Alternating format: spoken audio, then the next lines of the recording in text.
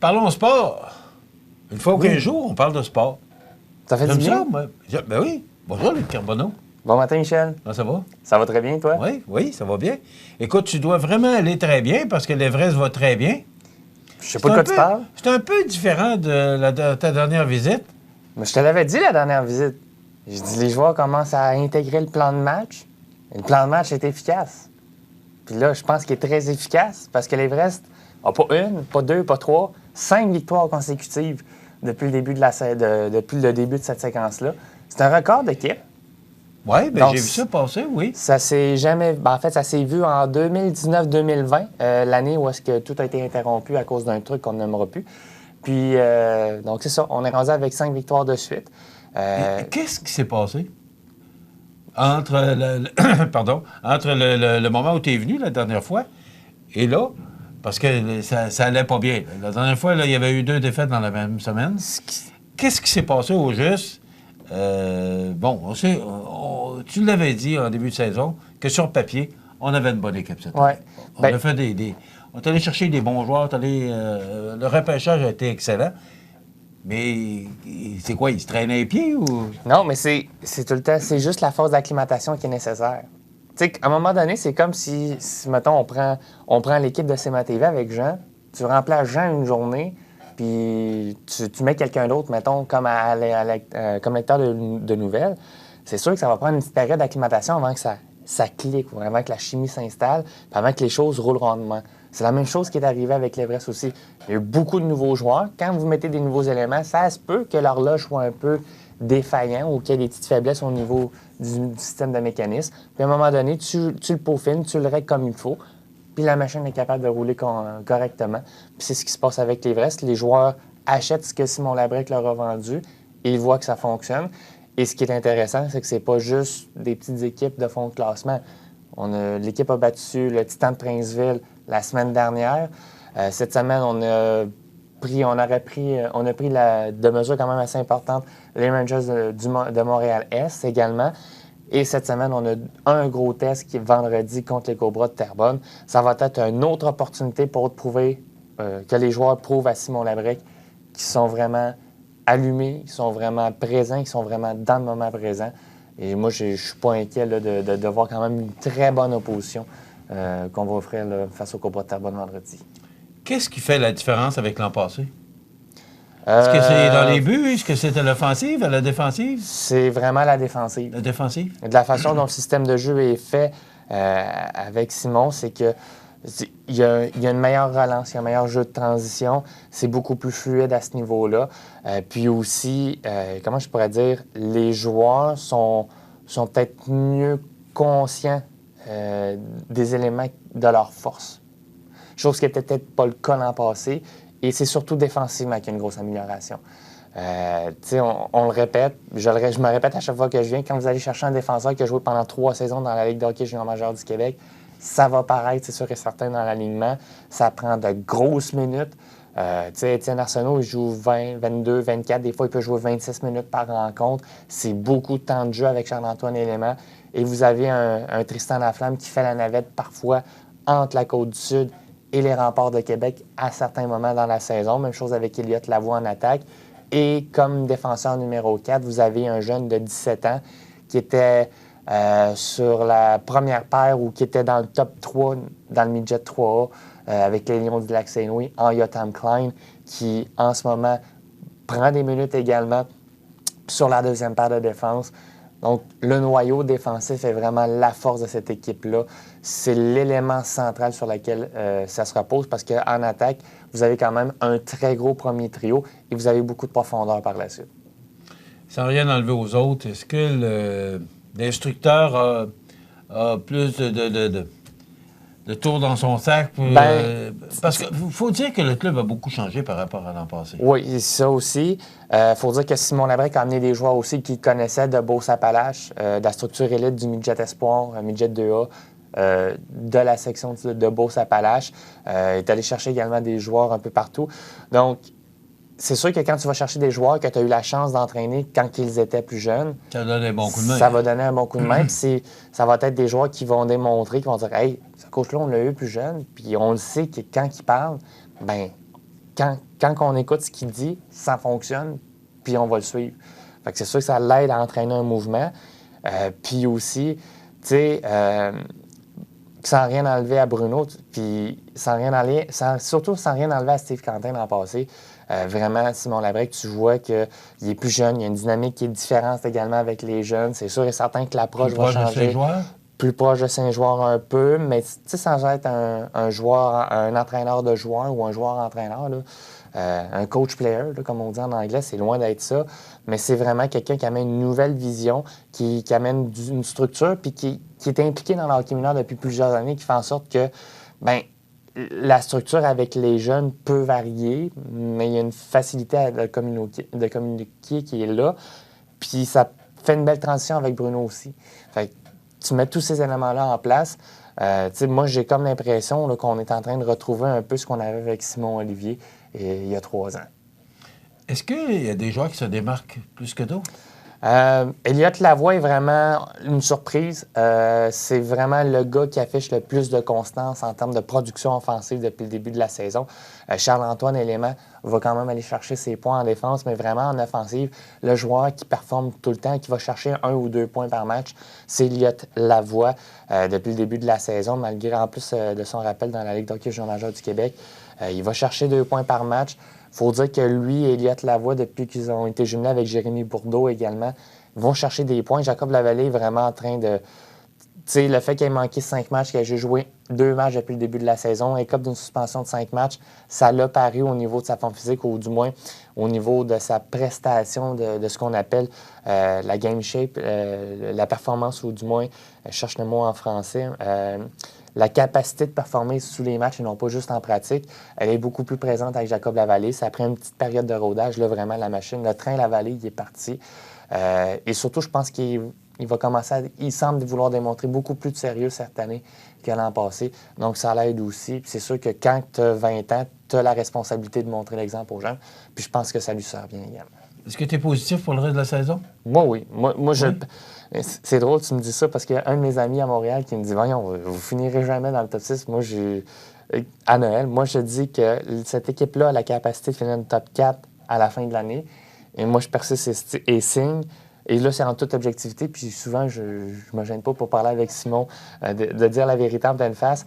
Cette équipe-là a la capacité de terminer les fêtes dans le top 5 du circuit. Ça, il n'y a aucun doute là-dessus. Moi, je ne suis pas du tout inquiet. C'est sûr que s'il arrivait... Dans le top 5? Moi, je pensais que tu allais me dire dans la première position. Ah non, mais... Top 5, parce que tu te donnes du jeu, là. Je me donne du jeu. Oui, tu as dit qu'il ne prend pas de chance, hein? Je prends pas de chance parce que ça ne me tente pas de me faire ramener à l'ordre après ça, de me mettre... Après les fêtes, là, ça ne me tente pas de me faire remettre sur le nez. Tu es sûr que tu vas entendre parler? C'est ça. Mais dans le top 5, il y a combien d'équipes dans le... Il y en a 13. Bon, fait que... Pas pire, hein? Ben, c'est pas... Moi, je pensais que tu allais me dire première position. Non. Terrebonne est vraiment la meilleure équipe du circuit cette année. Ça il n'y a aucun doute dessus. Terrebonne... Qu'est-ce qu'ils ont plus que nous? Je te dirais que quand tu es à Montréal, c'est beaucoup plus facile d'aller attirer les joueurs qui ont joué junior majeur du Québec. Fait que le bassin de population est plus grand. Proximité du marché pour les joueurs. Exactement. Donc, l'Everest, moi, c'est ma prédiction. Facile, top 5 lors de la pause des fêtes. Moi, je pense qu'on a la capacité de terminer top 4 dans le circuit. Ça, il n'y a aucun doute là-dessus. C'est vraiment un beau spectacle. C'est vraiment des matchs enlevants depuis le début de la saison. Oui, ça a été difficile, des défaites, mais souvent, c'était par un but si on enlève le filet désert. C'était vraiment des matchs serrés. Ouais. Fait que moi, je le dis, c'est vraiment un spectacle de bonne qualité. Si vous recherchez à avoir du hockey, venez à l'Aréna de Montmagny. Vous n'allez vraiment pas regretter votre présence Le temps passe vite. On va parler un peu du Canadien. Oui. Écoute... Jusqu'à maintenant, il y a quelques surprises. Moi, je suis pas surpris. Contre Saint-Louis, 7-4, c'est quand même un beau match. Je l'ai dit en début de saison. Cette équipe-là a la capacité de gagner des matchs à haut pointage. Elle n'a pas la capacité de gagner des matchs à 2-1. C'est à moins qu'un des deux gardiens décide de Montembeault, moi, je ne comprends pas pourquoi Saint-Louis n'utilise pas plus Montembeault, parce que, écoute, il l'a montré l'année passée que c'est un bon gardien de but. Écoute, même Michel Bergeron parlait dans sa chronique en fin de semaine dans le Journal de Québec qu'il faudrait donner plus de cordes et plus de chance à ce gardien-là. Il a du talent. Tu sais, Montembeault, moi, je l'ai vu jouer junior majeur du Québec. J'ai couvert l'Armada quand il était dans le circuit Courtois pendant 2 saisons. c'est vraiment un gardien qui a la capacité de s'établir dans la Ligue nationale de hockey. Est-ce que le faire jouer un peu plus? Je suis pas sûr. Il a quand même besoin d'aller chercher un certain rythme. Je pense pas que c'est un gardien qui peut aspirer à être numéro 1 dans la Ligue nationale. Il a les habiletés pour le faire, mais je pense qu'il va manquer un peu de constance. Mais il a les capacités, les réflexes pour vraiment être dans la Ligue nationale de hockey. C'est un excellent gardien numéro 2. Il va être, si on veut, à la chaise, dans une chaise entre gardien numéro 2 et gardien numéro 1 dans 3-4 ans. Mais, tu sais... Tu parles de constance, je le trouve plus constant qu'Allen. Bien, c'est sûr qu'Allen, si tu sais, Allen, il y a déjà 6 matchs de jouer. Montembeault, il y a 3 verdicts, je pense, à sa fiche. Fait que, à un moment donné, Allen est parti sur un rythme où est-ce qu'il va jouer 50, 55, 60 matchs. C'est quand même beaucoup. Fait qu'il va arriver, mais qu'on arrive dans une séquence du calendrier où est-ce que ça va être beaucoup plus de 2 en 2 ou de 3 en 4, Montembeault va aller chercher sa part du gâteau à ce moment-là. Mais tant si longtemps qu'on n'arrive pas vraiment dans une portion de calendrier comme ça, tu sais, c'est Jake Allen qui est le gardien numéro 1, puis c'est lui qui va avoir affronté les plus grosses équipes aussi. Michel Therrien a fait une sortie en fin de semaine sur le fait qu'Arizona joue dans un aréna de 5000 personnes. Tu sais, l'aréna slash Poppy à Gatineau est plus élevé. Oubliez ça, c'est terminé. Je pense que je ne verrai pas ça de mon vivant. Non, ben écoute... Je pense que c'est réglé. Batman nous démontre sans nombre d'un doute qu'il n'est pas Canada, il est États-Unis. Écoute, moi, je tiens juste à dire que tu as un des plus gros marchés télévisuels de l'Arizona. Et l'Arizona, au niveau du marché local, c'est l'Arizona qui... En fait, le marché télévisuel paie quand même une très grosse fortune au niveau des droits de télédiffusion dans la section, dans la région de l'Arizona et du Nouveau-Mexique. Fait que c'est dur, je comprends Gary Bettman de vouloir rester là.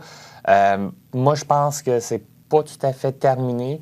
S'il y en a qui veulent revoir les Nordiques, je pense que ça va jouer essentiellement avec le conseil de ville de Tampa et de Phoenix, là, savoir est-ce qu'on donne l'autorisation de créer un nouvel aréna, parce que c'est pas encore écoute, fait. J'ai vu sur LCN ou sur RDI ce matin, je ne sais pas lequel, j'ai vu que ce matin que le conseil de ville de Tampa pourrait...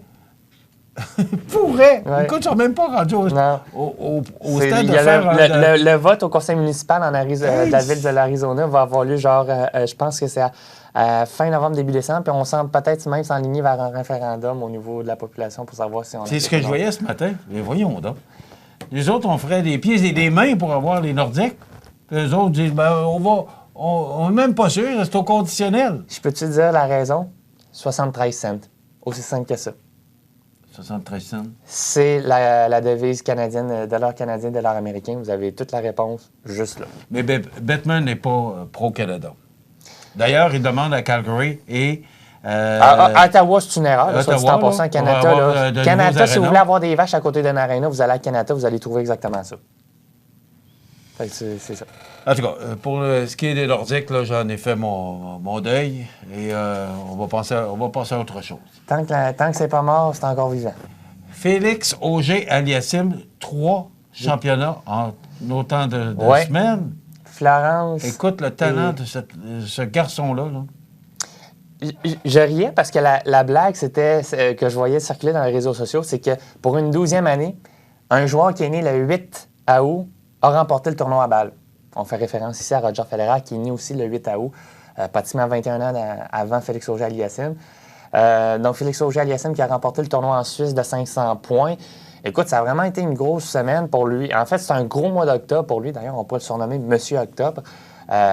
Petit lien de baseball ici.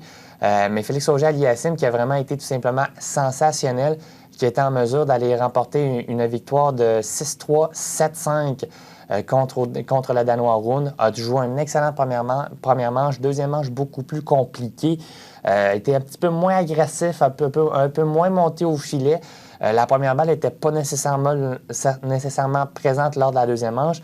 Et avec ses 1000 points récoltés au cours du dernier mois, ça fait en sorte qu'il se retrouve avec une avance de près de 720 points sur ses 2 plus proches poursuivants, puis qu'il menace à prendre part au tournoi de fin de saison, qui sont Taylor Fritz et Hubert Hurkacz. Ces deux-là se retrouvent présentement à 2700 et 2800 points. Félix se retrouve à 3600 quelques points. Mais ça veut dire quoi, ça? C'est pour Dans le Parce que fond, je suis moins familier un peu avec le tennis, là. Jean, si ça tente, tu peux montrer le tableau. En fait, je vous ai préparé ceci. C'est un tableau qui démontre la redistribution des points lors d'un tournoi du circuit de l'ATP. Donc, vous avez les tournois du Grand Chelem qui sont à 2000 points en valeur absolue pour le vainqueur. Ensuite, vous avez les 3 séries de l'ATP qui ont 1500 et 250 points, d'où la raison qu'on parle des tournois 500 et 200 points pour Félix. Présentement, Félix Auger-Aliassime a 720 points d'avance. Ça veut dire que si Taylor Fritz ou Hubert Hurkacz souhaitent prendre part à la course au championnat de fin de saison qui permet de déterminer, si on veut, qui est le meilleur athlète de l'année, pour ça, vu qu'on est à Paris-Bercy mais il n'y a cette semaine... pas d'affrontement entre le meilleur et le deuxième meilleur. Non, là. exactement. Okay. Ça va être à la fin de saison, ce qu'on appelle la course. Présentement, on se retrouve dans une situation de ce qu'on appelle la race pour Turin, donc la course pour Turin. Les 8 meilleurs joueurs qui récoltent le plus de points dans une année de calendrier font en sorte qu'ils prennent part au tournoi de fin de saison. Présentement, on est à Paris-Bercy qui commence cette semaine. Le circuit de Paris-Bercy, c'est le dernier Masters 1000 de la saison. Donc, le vainqueur va aller chercher 1000 points à lui seul. Par contre, Taylor Fritz et Hubert Hurkacz doivent gagner Paris. Et ce faisant, Félix Auger-Aliassime devrait être, dans le pire des scénarios, être demi-finaliste pour prendre part au tournoi de fin de saison. Si ces deux-là ne passent même pas en finale, Félix Auger-Aliassime est assuré de prendre part au tournoi de fin de saison à Turin. En tout cas, il est plaisant à voir jouer. Oui. Puis moi, écoute, je suivais pas beaucoup ça avant, là, mais entre autres, l'Omnium Banque Nationale, Ouais. là, parce qu'on se retrouve à Montréal, on a de l'intérêt. Très beau tournoi. On suit ça. Mais c'est là qu'on a découvert Félix. Puis écoute, c'est tout un joueur de tennis. On est bien fiers, c'est un Québécois. Et je souligne, excellente Oui. performance de Denis Shapovalov également, qui s'est incliné, lui, dans un autre tournoi de 500 points à Vienne contre Daniil Medvedev.